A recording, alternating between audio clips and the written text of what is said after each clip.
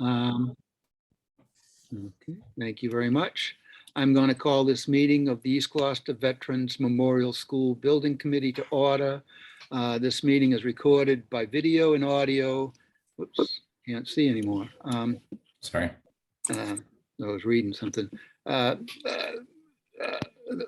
In accordance with the governor's orders suspending certain provisions of the open meeting law and banning certain gatherings such as an in-person meeting of the school committee is not possible, of the building committee is not possible. This meeting will be conducted by remote participation. The public may not physically attend this meeting, but every effort will be made to allow the public to view and listen to the meeting in real time and participate when necessary. That being said, the school, the city is in the process of trying to bring back in-person meetings. And of course, people have gotten very used to being able to participate from remotely. And so I think they're trying to come up with a hybrid sort of situation where people could still Zoom in or actually attend in person. But that being said, there's some technical issues with that, mainly because of the number of meetings that this city has. We will see what, we will wait for further directions on that. So that being said, the first order of business is the approval of minutes for the February 10th, 2022 meeting. Are there any corrections or omissions?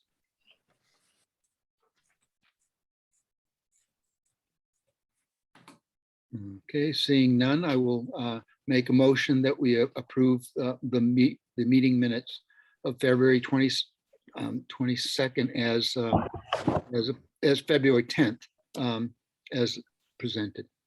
Second. Nice to move. Second. Okay. Yash, can we have a roll call vote, please? So, good evening, everybody. Good evening. Yes. Jonathan Pope, Yes. thank you. Ben Limis, Present.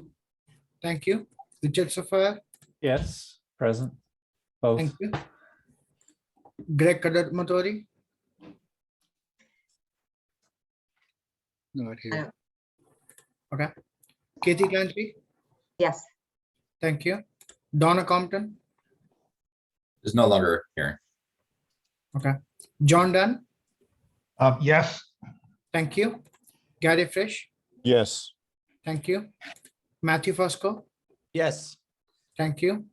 Grant Harris, Yes. thank you. Joey Lucido, No, he's not here. okay. Jamison Manning, Nope. No. Amy Pascarello, Yes. thank you. Adam Rosell, I hear. Caitlin Unis, He was here. Yeah. She's here. There it goes. Hooray. thank you. Okay, that passes unanimously. Thank you very much. And we'll move on to our invoices for approval. We have 4 invoices. Brian, are you going to walk us through this, or do you want me to? Yep, I can walk us through. We'll do the same thing we did last time. That seemed to be pretty efficient. We'll go Right. through all the invoices and then do an approval for all of them at the end, unless anyone has an objection to that. So you should be able to see, you see the invoice? Yes. Okay, good. So, excuse me, this invoice is for Doran Whittier for the month of February in the amount of $114,858. The majority of it is for the construction administration on the contract. Doran Whittier is working on reviewing a ton of submittals. They're very busy with that, as well as coming out to the site and making sure that the project is moving forward in accordance with the documents. There's also an $8,000 charge for geotechnical services. That was to review some settlement monitoring that was being completed still last month. Does anyone have any questions about the Doran Whittier invoice? Nope. Okay. See none? Next, we have a monthly requisition from W2 Rich for the construction work that's been going on the site. This invoice is an amount of $2,070,933. As every month, this requisition is reviewed by the project team. We sit down in a group together, we go through all the different line items and make any adjustments as needed before signing off on this invoice and bringing it to you here at the committee. So the basic work that's been going on the site has been finishing up the concrete work and getting the steel going. And that's what you're going to see here in these invoices.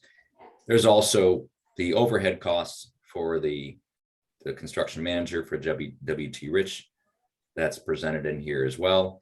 And as we go through the value engineering items and get those finalized, those will be noted on here. And some of the change orders that we incorporated into the GMP are included in here as well. So that's basically it. Does anyone have any questions about W.T. Rich's invoice? Okay. Move on to the next one. Next invoice is for CBRE Heary. This is a fixed price monthly billing for construction administration. As you know, we're managing the overall project. Dennis Pacitti is on site every day, overseeing the work that's being done to make sure that the project moves forward according to the contract documents, and also constantly looking for ways to save the owner money and also mitigate problems ahead of time before we run into any difficulties. So anyway, standard monthly amount for $60,000. Any questions about the CBRE invoice? Okay. And the final one is for UTS. We've seen the number of these before. These are for testing. Here you can see some concrete testing that's performed on the site. So we call out UTS as necessary. And before we give you this invoice, we go through, as you can see on here, to make sure that everything matches up with what actually happened on site. So UTS's invoice is an amount of $3,780. Are there any questions about that? No? Okay, so here we have the invoices for approval this month. Okay. If there's no further questions, I'll make a motion that we approve the 4 invoices as presented. Doran Whittier's number 34, W.T. Rich Company Requisition 7, CBRE Heary ending 841, and UTS 89,747. The total of $2,249,571, and I so move. Second. Okay. UTS is 98747. You had said 89 instead of 98. Dyslexic kicking in. Okay. Keeping us all honest. Yeah. Anyway, is there any discussion? Okay. Seeing and hearing none. Yes, can we have a roll call vote, please? Jonathan Pope, Yes. thank you. Ben Lemis, Yes. thank you. Richard Safar, Yes. thank you. Katie Clancy, Yes, thank you. John Dunn, Yes. thank you. Gary Frisch, Yes. thank you. Matthew Fusco, Yes. thank you. Grant Harris, Yes. thank you. Amy Pascarello, Yes. thank you. Caitlin Nunes, Yes. thank you. Okay, Right. I think Joe Lucido, I saw him here. Maybe he's not, he's Yep. disappeared again. I think Joe is here too, I guess. Sorry. Yes, I am here. Obviously, I cannot vote. I'd have to abstain. Okay. All right, so it passes 10 in favor and 1 abstention. And we'll move on to our next order of business, which is our monthly updates. And turn it over to Brian. So it's nice when we approve these invoices to know that our project is still tracking on budget. So I'm happy to be able to report that again to you this month. As you recall from last month, we authorized the GMP, that's the guaranteed maximum price contract on the job. That was set within the available budget at just under $52 million. With that, we also included the entire athletic surfacing that was added back in there. And then we were also able to initiate a PCO for the window seats because we did have some savings on the job. And we're hopeful that that can offset some of those costs. So all of that is very good news. Over the past month, the team continues to work on managing the money as best we can in this very difficult environment, looking for creative ways to reduce the costs. And I wanted to present a little bit more in depth. I mean, it's not incredibly in depth, but a little bit more in depth into the project finances, just so everyone really understands. A lot of times we're using different terms about different budget categories. And I think it's important to really understand how all those things fit together. So I'm going to share my screen here again and walk you through some of this. All of this was in your packet as always, so you can always refer back to those details as well. But let me start here with this. So as I said, the project continues to move forward on budget. So here's our GMP, just under $52 million. Here's where we stand to date. We've spent just over $6 million or almost $7 million in the project. So that's 13% of the overall GMP. Of that, about 12.5% is for the subcontracted work that's been completed. So you'll see that number is slightly lower than the 13%. Very small amount, but that's because some of the upfront costs that we have on the job just to get the job going. We need to purchase insurance, bonds, and the like. That's separate from the subcontracted work. So in that GMP, we have a number of costs that got factored into it. You'll see here the column on the left that has all those costs stacked up with the explanations of what those costs are down below. Some of those costs are fixed and some of them are variable. So the next column here, we have our fixed cost. You can see the vast majority of those are the costs associated with the subcontractor work. And then at the top, you can see the fixed costs associated with the construction manager contract. There's also a very small blue line that may not even be visible. That was the fixed cost for the PCO that we added for the window seats. To the right of that here, we can see. Sorry, Brian, just in terms of terms, PCO, is that a change order? Yeah, so PCO is a proposed change order. Yeah, so please, feel free to interrupt me on any of these things. I'll try to explain, all the acronyms, but if I miss one, I appreciate that, Ben. Let me know. And GMP is guaranteed maximum price? That's correct. Yep. I am learning. This is a school project, right? Not just a school project that's being built, but we're all getting schooled in the process. So here we can see the fixed cost to the variable. So, I mean, it's quite clear that the fixed costs are the vast majority of the contract, but there is still just over 5.5% of variable costs. And that might not seem like a lot, but it will have a major impact on the overall project financials and whether we're able to stay within the budget or not.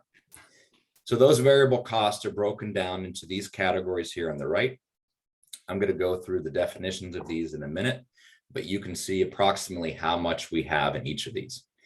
And All of these that are represented here are currently in the GMP, except this one, PCOs, so proposed change orders, that were not part of the GMP. That's the very light, just to make sure you can see that. It's a very light gray line in there. And those are costs that come up because a subcontractor might say, well, you know, that's not something that was in the contract, but most of them are conditions that we run into on the site. So one example of one of the conditions is, you know, as we were digging in the ground, we encountered major boulders, which maybe is not surprising for, you know, the Gloucester area, but it's hard to know what's underneath the ground. So those boulders need to be broken up and taken away. Although we were able to save some of them for reuse on the project as well. So that's where some of those costs come from. So here are the definitions. And like I said, all of these things are in your package. So if anyone wants to do a little homework, they can go through and familiarize themselves with what these terms mean. VE holds. The VE is the value engineering. That's the process we went through to make some adjustments to the project to enable us to meet the budgetary constraints. So these are holds that were placed in the guaranteed maximum price contract. We're in the process of executing those now with the subcontractors, meaning that the scope of the work is being finalized and agreements are reached with the subcontractors as to the exact contract adjustment price. And once we have those finalized, they get incorporated as a final item into the GMP. PCOs, as we said, proposed change orders. We said we have some that were not in the GMP. Those are upcoming contract adjustments. And they could be either adding money to the job or taking money away. So it doesn't just go one direction. We might determine that we can reduce some of the work out on the job and save some money that way. Recently, we were just going over some of the items in the owner's trailer and seeing if we can, you know, save some money there. It's just an example of one of those things. So, you know, like I said, it can go both ways. We have the Excuse me, Brian, just, I have to ask, what's the ratio of increase to decrease? Well, generally, yes. Generally, the costs go up on the job, not down. You know, I have not worked on a project yet where the overall project costs ended up less than what was expected. But the reason that the costs going down are important is because they offset those other cost increases. Exactly. Yep. Okay. I just had to ask. Yeah. So, okay, so we talked about the proposed change orders. We have three more categories here, the GMP contingency. So we've talked about that in the past. That's also called the CM contingency, construction manager contingency. So that's a bucket of funds that's used to facilitate the buyout of the contracts.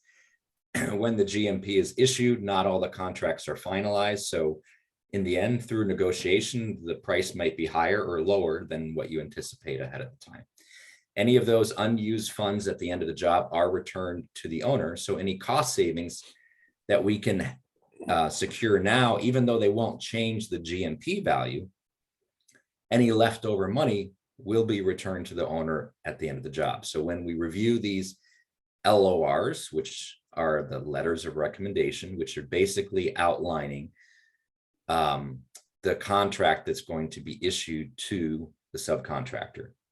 So any cost savings there are definitely of value, even though they don't change the guaranteed maximum price contract at this stage. Final two categories, GR allowances, again, another acronym. GR stands for general requirements. So those are the items on the site that the construction manager needs to pay for in order to do the work. So some examples of that are snow removal, like we just had recently, police details and other items. And then the final category, GMP allowances. So those are things that we know about ahead of time that are part of the work, but they haven't been assigned to any of the subcontractors, and that can happen for a number of reasons. It might be that it's in the best interest of the project for the CM maybe to purchase some of the materials or to decide who to award the work to on a later date based on coordination and things like that. So anyway, I just wanted to make sure that you have this. Now you also have this, going forward. So if you're ever wondering, well, what was that, category? What does that represent? Now you have the definitions. Are there any questions so far before I move on? Okay. So with those variable expenses, here's where we stand to date. So the lighter green shades, that's the amount of money that we have in that bucket. And then the darker green are what has been expended to date. So you can see here the value engineering holds. Looks like I'm missing an E here. So those are all the quantified items that we put in to help offset the increased market prices and deliver the project at the budget. So we've identified all those, but so far they haven't been finalized. Like I said, it takes a while. We continue to issue more every week, but eventually that will all become a dark green number. And you can see those are the credits. So that's why it's going to the left rather than to the right. So everything I've discussed so far has been for construction costs, but that's not the whole picture on the financial picture of the project. So you'll see here this very bright green ring. Those are the construction costs. But in addition to that, of course, we have design fees. We have owner's project management fees, because I also like to get paid. And we have some owner costs. The owner costs, they include like the fixtures and finish and furniture on the job. They include surveying. They include some of the testing that were done, and other things like that. So those are what we call soft costs. And then we have two contingency buckets. So the contingencies, that's the overrun, or the space for the overrun, if there is some. So we have one construction contingency. So that's here to fuel any increased cost during construction. And then the owner's contingency is here to fuel increased costs on these other items. Any questions about that? Okay. And then finally, here's where we stand to date. So you see this dark greenish color. Those are all the funds that have been committed.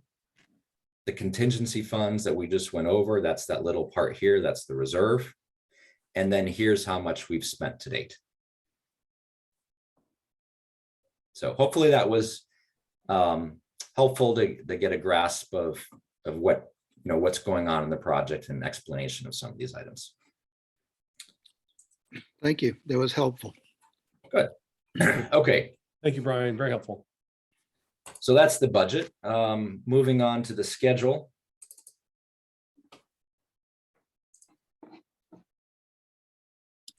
So the schedule, this is, our monthly OPM schedule, milestone schedule. There's not a ton of stuff to touch on here, but the project continues to track very close to the schedule as indicated. Last month, we did have a little delays with some of the structural submittal reviews, but we are very confident that we can mitigate those, and we hope to be fully mitigated by next month. Our work has continued on evaluating the bids, the subcontractor bids. We still need to issue a few more contracts for some of the remaining work items, and also completing the administrative requirements, that you need to do all the paperwork items with those types of things. Construction wise, foundations are pretty much complete. There's a few small items that need to be still touched up. Steel work is moving on very quickly. The workers are making good progress. And we also got our full building permit. So that completes the permitting for the construction project. And I'm going to turn it over to WT Rich in a little bit, and they can talk in more detail about the construction work that's going on the site. But I also wanted to touch on, I guess, like every month, what's happening in the community. So our community interaction has generally been good. Recently, there were some concerns about traffic, with some of the deliveries. Last Friday, there was a semi that, it was reported that had some trouble maybe leaving the site.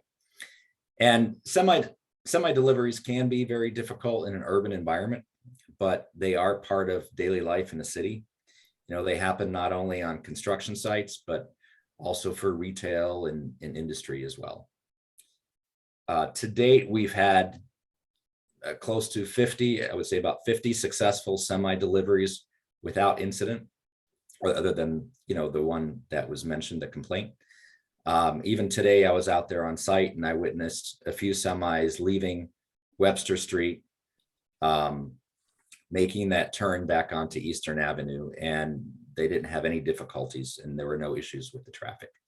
So we are following up on that reported complaint from last Friday to ensure we're doing all we can to mitigate neighborhood disturbances and be a good neighbor to the local residents. But we definitely feel good that we shouldn't have much problem with this stuff going forward, as we also haven't had much problem with it in the past. Brian, I just want to chime in. Thank you for bringing this up. First of all, very important that we are, good neighbors. I actually spoke to the neighbor today, this afternoon, or actually this morning, I guess it was. Very, very helpful because we are having trouble. Let me just describe this. The concern was communicated to us through Councilor Scott Memhard, which is very helpful, but we were having trouble tracking down exactly what happened because the folks on the construction team and the project management team weren't aware of it.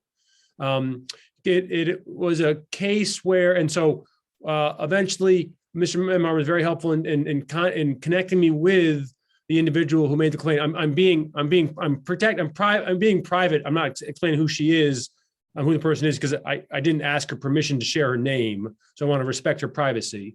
But she was very, very helpful in explaining what happened. And so I haven't had a chance to report that back, but just in summary, a semi that had a piece of equipment, not steel, but a land mover, a backhoe, something, something quite large, was turning on from Eastern Avenue, turning right onto Webster, and couldn't make the turn properly, needed to back up to then make the turn, and then couldn't easily because there's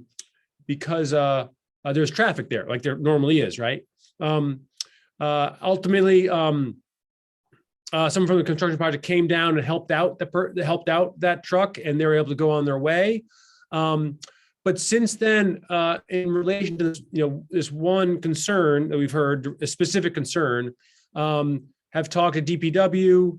I've talked to Councilor Memhard. I followed up with these after talking to our project team. Also talked to the chief of police as well, and then followed up with the individual. By all accounts, what Brian has said is quite accurate. First of all, that for better or for worse, in a working city like Gloucester, there are lots of deliveries all over the city and truck traffic. What is expected and normal is what we're doing here, which is when they're on-site deliveries on a construction project, there are never police details, which is one request that's been made by a couple of people, or inquiries, I should say. People that there should be.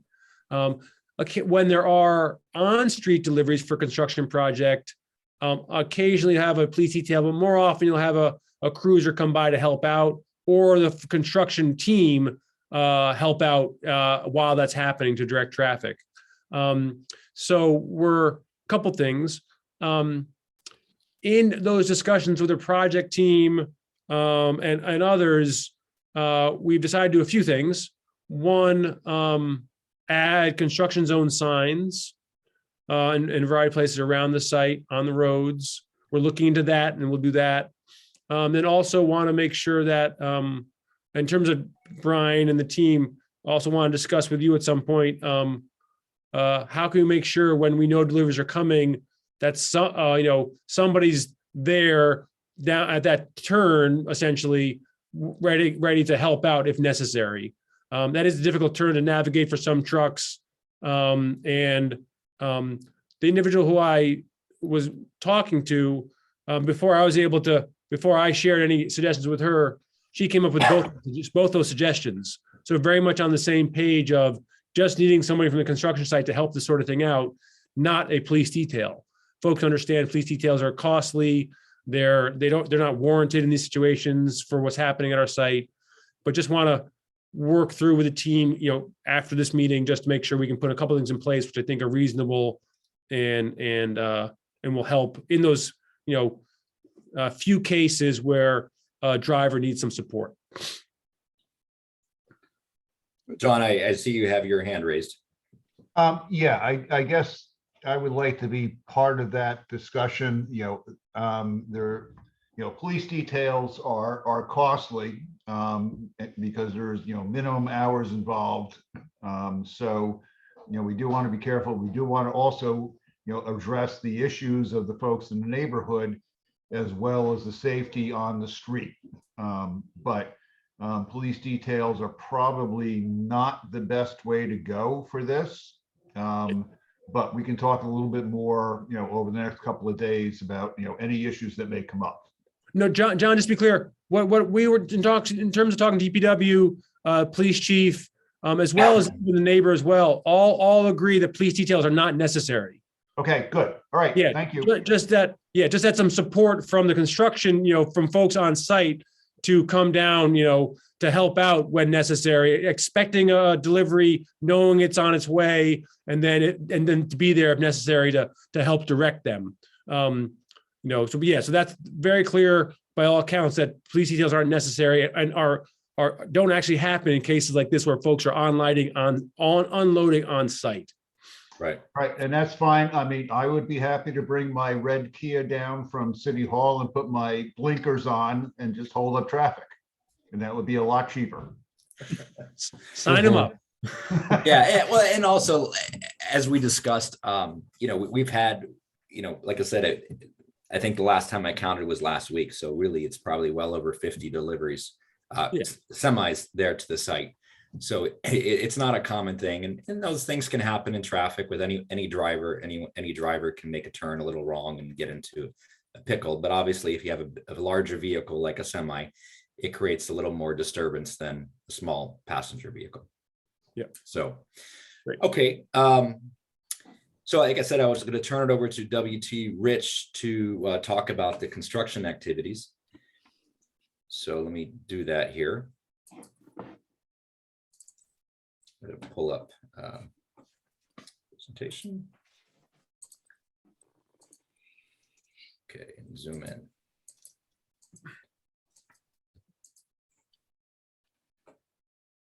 I'm not sure who's going to do this. Alex, Tom, or John. I've got it, Brian. Okay, great. So, this graphic's got a little bit of information on it. I won't spend too much time on it, but this is typically how we run our, our weekly meetings, not only with the owner, but with the subcontractor as well. Kind of outlining our next 3 or 4 weeks schedule wise. So it is pretty tough to see, but generally speaking, site work's ongoing. They're kind of messing around with some of the exterior or perimeter drainage, getting that stuff going before we really get into the underground of the MEPs within the building. So they've got some busy work on the outside, I should say surrounding the site. They're also installing a retaining wall on the east side and the west side of the site as well. So those will help kind of enable the site even more and get it a little bit more stabilized. Concrete's in pretty good shape. We're pretty much wrapped up with all the foundational work at this point. We do have them on call, getting ready and prepped for slabs on deck, which are scheduled to begin at the end of March. So the way we have it now, that A building, which is being built now, the second floor will get poured, third floor will get poured with the roof as well. And then they'll drop down to the first floor, the ground floor, after the underground MEP stuff is installed. So I want to mention, Sorry. Is that the same sequence that you were describing? That's the steel erection sequence, but right. I can get into that now. So, generally speaking, I did want to give kind of kudos to the guys on site. They've lost about 5 to 6 days due to weather over the course of the past month and a half. So although they've lost that time due to weather, we're right on schedule. in terms of getting the steel done for A building in particular, and then getting those pours going as well. So we've been able to manage it quite nicely, on site, mitigating any weather, adverse weather that we've had on site to make sure that we're maintaining schedule. So for those of you that haven't driven by recently, you'll see that last section and kind of the teal blue in the upper right is being finalized now. And then they're going to get right over to B building, which is the remainder of the building starting next week. So like I said, we're in really good shape with steel erection, and then they'll get into more finite detailing in A building while moving over to B building to start installing columns and beams as well. So we've just put together some progress photos. We are implementing a sort of monthly drone video. I'm not sure if that was the intent to share it tonight, but it really does give a good sense of where things are at from the air. Obviously, you get a good perspective of everything from that height above. So these are just some ground photos of the steel erection going on, as you guys have probably seen driving by the site. So that colored plan that we showed earlier, you can kind of see how it's come to fruition in terms of those sequences 1 through 9. And then I mentioned the retaining wall being built as well. That's on the right side. That's along the east side of the site. It's a pretty large retaining wall, but like I mentioned, it's helping to raise the grade, getting a little bit more of that dip out of there from the previous site, and making sure that parking area is stabilized along the eastern side of the site. Just some more steel erection right now. It's steel for the most part. And like I said, that retaining wall photo on the right again. All right. Any questions?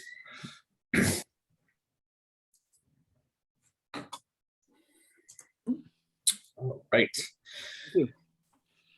So moving on, the next thing is I wanted to go over the LORs. So letters of recommendation. So at the last meeting, we approved the OPM to execute the letters of recommendations with the construction manager to keep the job moving forward expeditiously.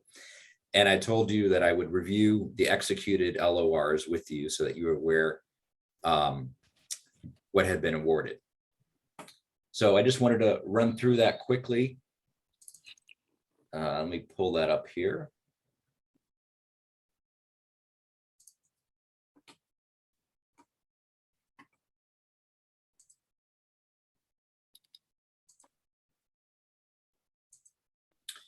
Okay, so this is one of them, just to familiarize yourself again with this process.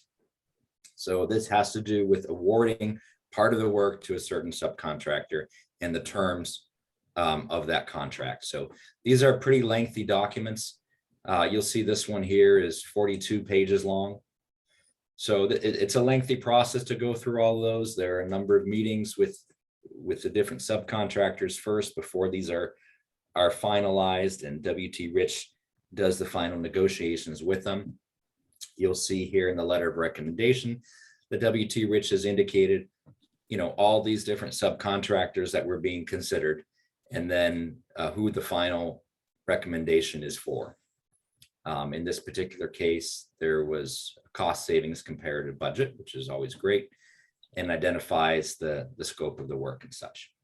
So I won't go through all of this with you, but I wanted to provide you at least with a summary on it. So if we look here, excuse me. So since our meeting last month, we've completed 5 of these awards. I'm sorry, 4 of these awards. Elevator, gymnasium equipment and bleachers, signage, and specialties. The specialties are a number of things, including like equipment for the bathrooms and things like that. So on the left, we have the budget amount and then what the LOR amount was, and then the variance to that.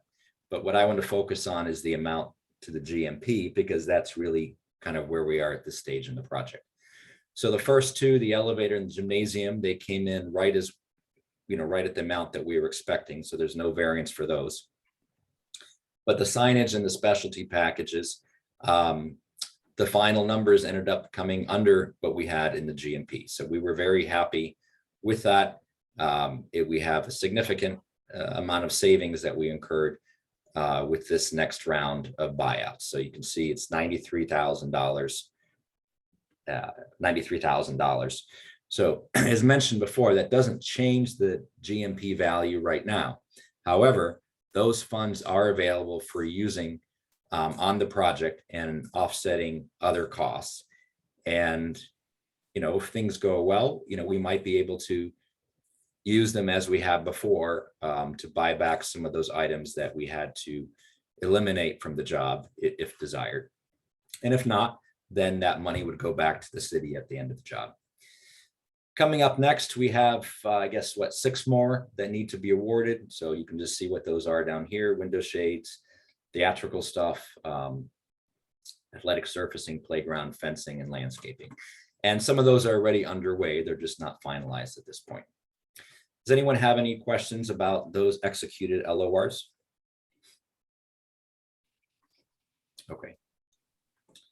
So let me move on from that.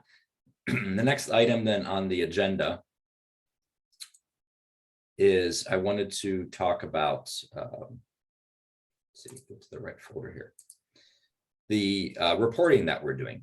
So there's a significant amount of reporting that is done on behalf of the owner throughout the job. During the design phase, we issue MSBA submissions at each major design stage of the project. I mean, we've reviewed those with you in the past, kind of detailing what's included with those and gave you some examples. Those are pretty substantial reports because they comprise a lot of information and over a long period of time. But to give you a sense of the reports that are being prepared during construction, I wanted to take a few minutes to share some of them with you. So I'm just going to go through these quickly. So here's a field report. So Dennis Pacitti is our on-site representation. Each day he's looking at what the conditions are on the job. So documenting everything from weather conditions, which are an important factor, obviously, in construction, and something that can play an impact if there's a claim later on in the job. Identifying who's on site, how many people are there, what kind of equipment is on site, and who's doing what. So it's kind of, gives all the major details of the project and then provides some photo documentation to back that up. There are some additional details that are provided relative to what's happening on a particular day, but this is the overall kind of summary of what's been going on, which is helpful. The next one here, you can see a monthly construction report that WT Rich put together. So they provide this each month. This has both financial, schedule, and construction progress information in it. So I'm not going to go through all the details, but here you can see some information about the contract, as we just went over, as well as some of the awards. You can see here about RFIs. So RFIs, again, with these acronyms, those are requests for information. So a subcontractor might have a request based on the work that they're supposed to execute that gets initiated and sent to the architect to answer their questions. So those are all tracked. And then, areas related to the schedule, milestone, some pictures, and then a very important part is their construction schedule, which is here at the end. And then here also you have like some of the submittals. So again, I was saying that Doran Whittier has been working very hard to review and approve these submittals. So these are all the materials that are to be used on the job have to be reviewed before they're ordered and show up. So all those things need to be tracked. So this is the same report, just in a kind of one's an abridged version. And then here, this is the report that we send to MSBA. It's a little small here, so I'll zoom in. So we provide this report for all the main parties on the job. So we report on what we ourselves are doing on the job as the OPM. There's contract and payment information. Same thing happens for the designer or the architect. How are things proceeding? Because obviously the MSBA has a very big hand in this financially, and they want to make sure that the project is proceeding successfully. And if there are any issues, they need to know about them. And we also have reports then on the general contractor on the job, the details of what are happening. So again, these are all in your packet, so you can review them. I included a sampling, so you could get to see it sort of at different stages, so they weren't all from exactly at the same time. And recently, we've been talking with some members of the working group about putting together a new weekly report. Let me take this away here. And also, possibly updating some of the monthly information that we have. We wanted to do that to improve communication access and flow. So we're going to be working with the working group on some of those updates, but I also wanted to see if anyone had any particular requests for, a certain piece of information that they would like to see. And I don't know if you've had a chance to review all those reports that were in your package previously. If not, that's fine. But I just thought I would open it up at least to see if anyone did have any comments that they would like to add to that section. There's a lot of information that's already being imported, but yeah, just in case.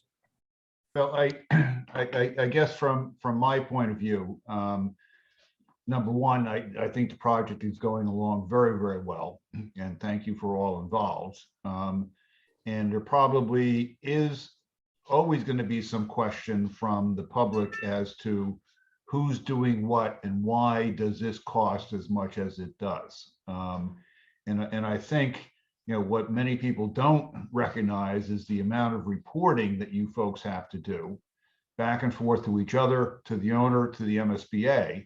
And somebody has to be doing that in the background. So I don't know whether, putting some of this information out there to the public to say, this, for example, is what a monthly or quarterly report looks like. And obviously there is some cost to put that together. I'll just kind of throw that out there as a question to everybody. Yeah, thanks, John. Yeah, that's why I wanted to share some of this information here, because when we were talking with the working group, unfortunately, I don't remember who made the comment, but just that, people might not be aware of all these different things. And, I think that's very true. So we wanted to share that with the group and with the public at large, that it's also, able to attend these meetings and see the recordings as well, if they hadn't. So yeah, there is a lot of reporting, especially with the submittals. That's a big thing now. I mean, it's, the architect is really inundated with paperwork. I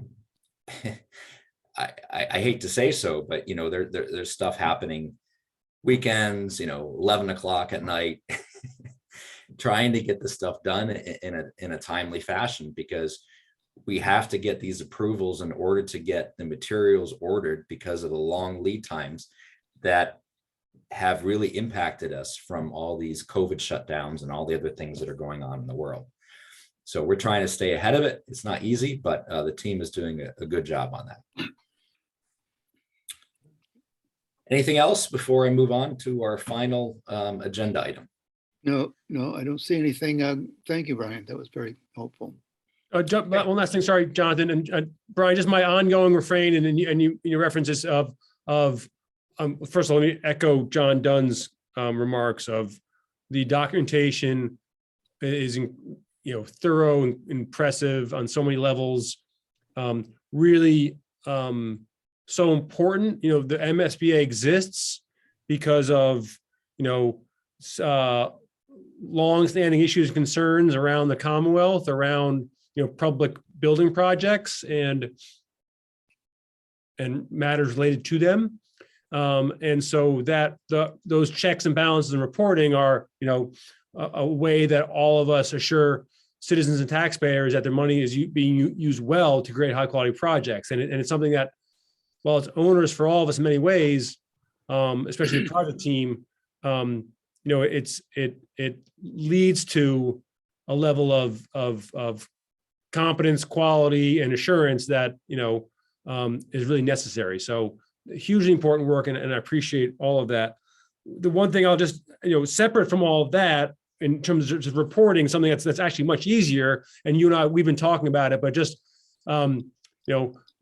boiling down, so we have a very easy to understand for the layperson communication. We can post easily and distribute easily just about current work, upcoming schedule, that sort of stuff. So let's continue to work on that. And but that is, in terms of reporting, by far the easiest thing we'll do. And much different than what you've shared tonight. So thank you. Yeah. And I'm glad you brought that up, Ben. I mean, we're all taxpayers, right? Whether we live in Gloucester or not. Like, not everyone on the project team lives in Gloucester. A lot of people do, but we're all taxpayers, and all of us want our money to go to the right causes and not to be wasted. And as you pointed out, that's why the MSBA was created, because they wanted to make sure that the schools are getting the money that they need, and then that money is being spent wisely, because that wasn't always the case. The Commonwealth of Massachusetts has had problems in the past with money, related to construction that's going in the wrong pockets, and that's not good for anybody. So that there is a lot of reporting that goes into it, and we're happy to do it as part of the job and help everyone, as a team to make sure we have a good product that's funded in the right way. And Jonathan Pope, do you think there's some value in putting a couple as samples of some of this on our project website? I think so. I think it's very, I don't know who'll be able to wade through it, but if it's there, at least we can point to it and say, look at this. Yeah. But I'd just like to reiterate, I've been around long enough that I was involved in some of those a project that was done before MSBA and in this city, and the difference between what we are short of in this project, as well as when West Parish was built, compared to the projects prior to that, were very of questionable quality and practice, and the documentation was very poor, and this is the additional costs to have all of these reports done is our guarantee that we're going to get a quality product and not have problems down the road, and it's well worth it. All right, thanks, Jonathan. John, I also think that given the resources and the work that the MSBA does in terms of standardized ways, vetting of different providers, right? All those things add value that each community does not have to do on their own, which I think adds, it kind of offsets. The reporting is important for multiple reasons, but the MSBA also brings their support and their knowledge to keep more people accountable and to share, what should a contract have in it, right? I mean, those are things that if a community did not have enough staff or people in positions, they probably got in trouble trying to recreate the wheel. So thankfully, every community doesn't have to recreate every wheel, every project. So they are great in many ways. Very true. Okay, the last item on the agenda, something kind of exciting. We talked about the steel going up, and there's a tradition in building steel buildings to have what's called a topping off ceremony. These were used on steel skyscrapers in the past. I believe that's where it originated. But since then, it's kind of moved to other notable steel structures, even smaller ones, such as a public school. So we have one of those that's going to be coming up. Just to give you a quick idea of what that really means, a topping off ceremony. I have a picture here from a different project, obviously, because we're not here in East Gloucester yet, but you can see this. This is the final steel beam that's being hoisted into place to complete the steel work. And as a tradition, you'll have people that will sign the beam. Sometimes there's an evergreen that's also included into that. And it's kind of a ceremony that we go through to celebrate that final completion of the building taking form. So this has been scheduled for the 8th of April. The school's going to be having a little ceremony that, with the children signing the beam, and, it's all still in the planning stages. But I don't know, Ben, do you want to talk a little bit about what's in store? I don't know if you've had a chance to develop that yet, or it's still kind of in progress, but. Sure. I've been working with Amy and Matt on this. Amy and Matt, it's okay if I give a quick summary? Sure. All right. So we're gonna have two groups, two primary groups take part in signing the beam. The first, Amy and Matt are already working with their staff on integration of practices and also people. And so we're going to take another step in that important process. March 23rd, the staff from both buildings will come together in the afternoon to sign the beam. 22nd. 22nd. Sorry, Tuesday, March 22nd. Thank you very much. And then on April 8th, which is actually the day of the topping off, second graders. You'll remember we had third graders from both buildings come together for the groundbreaking. Now we'll take the next oldest group that will be there when the building opens, the second graders from both schools, and they'll come over and sign the beam on the day of April 8th when the topping off ceremony is done, and they'll be there for the raising of the beam and that sort of thing. We haven't gotten to planning what else happens on that day for the ceremony, who else might be invited, but those at this point are the two most important groups to include the staff and the students. So as well as the principals, of course. So that's what we have. But I don't matter, Amy, if you want to add in, but we think that's going to be pretty fun. Great, thank you, Ben. Any other comments on that? That's our last item for today. So, Brent, WT wanted to share their drone video. So they have a drone video for the site. Yeah, okay, great. And that's been edited, Michelle or Tom, right? As I can't answer the editing part of it. I know that we looked and there was option 3, which seemed appropriate, but I don't know. I haven't seen. I think this is the last one. And we Okay, went so in, that. Go ahead, Tom. Sorry. we went ahead and reshot it without the neighbors. Okay. All right, then that's good. If you want to show it, we can show it. I didn't Yeah. know if you wanted it for this meeting or not. Yeah, let's see it. yeah, we should see a clip would be great if you can put it together.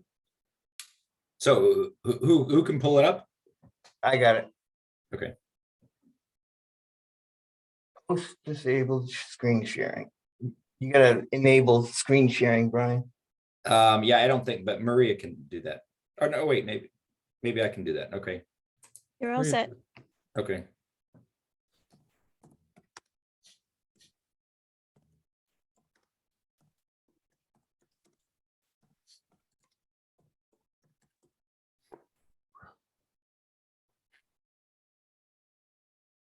Hopefully no one's afraid of heights. So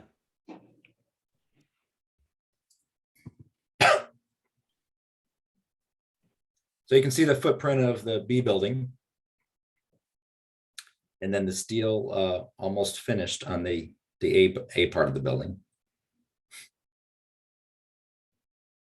See the lay down areas for the materials. Drainage work that's happening up in the upper right-hand corner.